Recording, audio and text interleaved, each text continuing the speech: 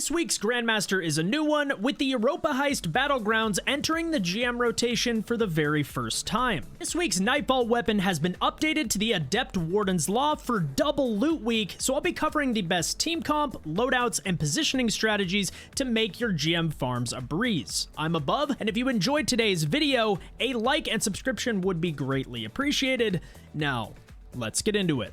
Starting with my recommended team comp, we went with one Well of Radiance Warlock rocking Cenotaph for a combination of survivability and consistent heavy drops. We also went with an Arc Warlock using the Fallen Sunstar, as it gave us top tier ad clear thanks to the Arc Surge. Our third member went with Strand Hunter, as they use Aeons for double heavy drops on champions while giving us an extra form of control. This comp provides survivability and ad dense choke points, safety in the boss room, and top tier ad clear due to the amount of heavy ammo we're producing. More often than not, we're actually leaving heavy behind, which allows us to spam our rockets like their primary weapons, trivializing most of this Grandmaster. Though Well is highly recommended here, the other two subclasses can be substituted for ad clear focused builds that better suit your playstyle. As for weapon loadouts, we went with two Wish Enders and a Galahorn, and paired this with two Arc Rockets to take advantage of the Arc Surge. As I mentioned earlier, the combination of Cenotaph and Aeons combine for an insane amount of heavy ammo, which means as long as we're coordinated with finishers, we can spam rockets at pretty much all times. There are far more barriers than unstops in this Nightfall, which is why we opted for two Wish Enders for consistent stuns, and paired this with one unstoppable scout rifle to manage the unstops. Strand serves as a perfect form of backup stun should you need it, and we also went with a trace rifle to mark targets with Cenotaph, and two blinding grenade launchers to help alleviate pressure during the core deposits in the boss room. Key armor mods include one special ammo finder, one special ammo scout, and a heavy ammo scout, as this will maximize our ammo drops for our blinding grenades and the Cenotaph trace rifle. This is far more important than scouting for heavy ammo, as we'll be producing so much from our finishers anyways that it doesn't really matter. To ensure we're getting double heavy drops, make sure your Aeon user has Sect of Insight equipped to produce heavy ammo on finisher. I also recommend pairing this with one scav mod and two surge mods on the boots, as this will keep you topped off on heavy ammo while also dealing extra damage. And last but not least, I recommend at least one Arc Resist to counter the Wizards and Knights, a Void Resist to counter the boss, and a Concussive Dampener for just about everything else.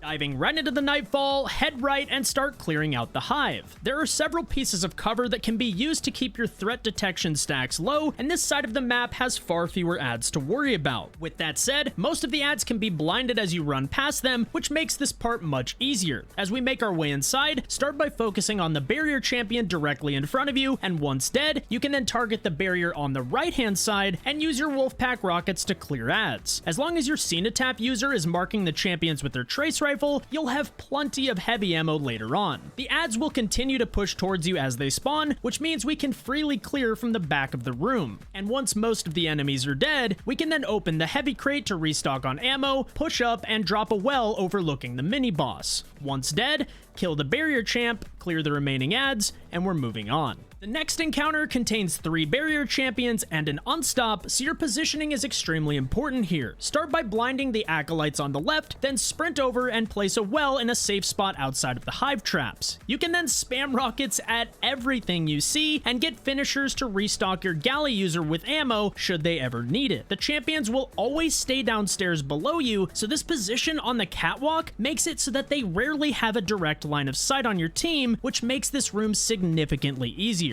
As you drop down, there will be another barrier champion in front of you, but you'll want to clear it from here, as there are 2 snipers looming on the left that can catch you off guard. And once clear, head left and look down at the 2 unstops below you. This is a perfect place to pile up heavy ammo, as we'll be using a ton of it during the next section. Instead of jumping down, you can actually cheese this part by staying on the high ground and killing everything from here. Simply stand on the ledge and spam rockets, with your first priority being the Death Song Chorus.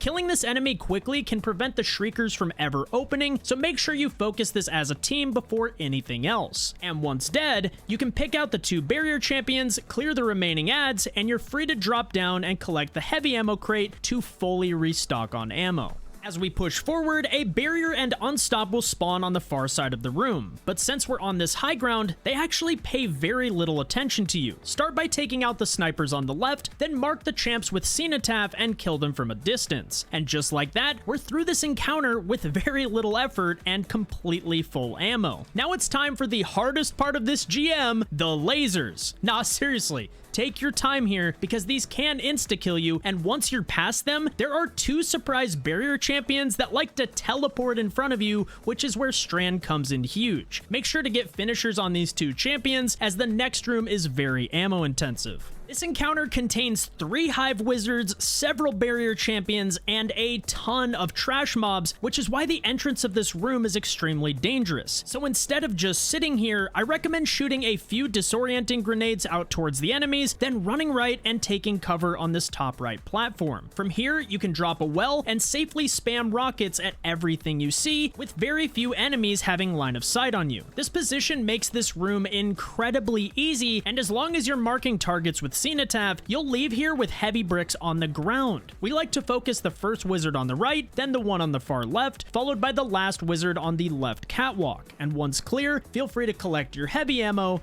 and we're moving on. The next room contains a vault door similar to the Mars battleground, but it's actually quite a bit easier. Your Arc Warlock will stay behind to clear ads, while your teammates collect the lasers. One is located directly above you, while the other can easily be grabbed from the right platform. If you pace your shots correctly here, you should only need 2 cores to open the door, and once it's open, you can use this crate to restock on ammo before heading to the boss fight. Before activating the submind, it's important to know that starting the boss fight automatically refunds your supers, so make sure to pre-plant a well for free protection in the top right corner, as this is by far the safest place in the room. Once the well has been placed, you can interact with the center console to start the fight, and as you sprint over to regroup with your fire team, your teammates will already be spamming rockets at the boss. The faster the Shrieker health gates, the less chaotic this fight becomes. The galley user should start by firing their rocket for wolf packs, then use their scout to break the void orbs tracking towards you. When your teammate makes it back from center, fire another rocket to give them wolf packs as well, which will make the boss melt much easier. If you do this correctly, the boss should only be active for about 10 seconds,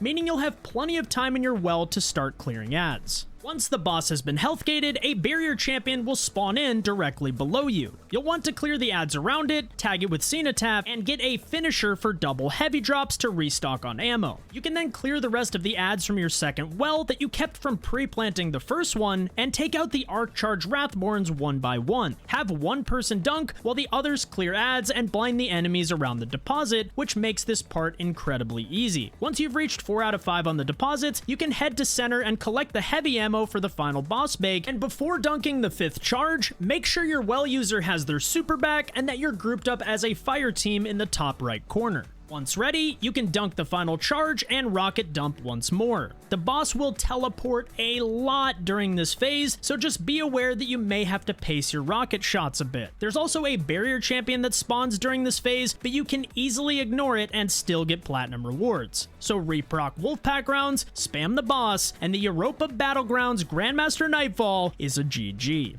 If you found this guide useful, a like and subscription would be greatly appreciated, and you can catch me live over at twitch.tv/abub, where I'll be doing GM help all season long. Anyways, guys, that's it from me. Thank you so much for watching, and I'll catch you next time.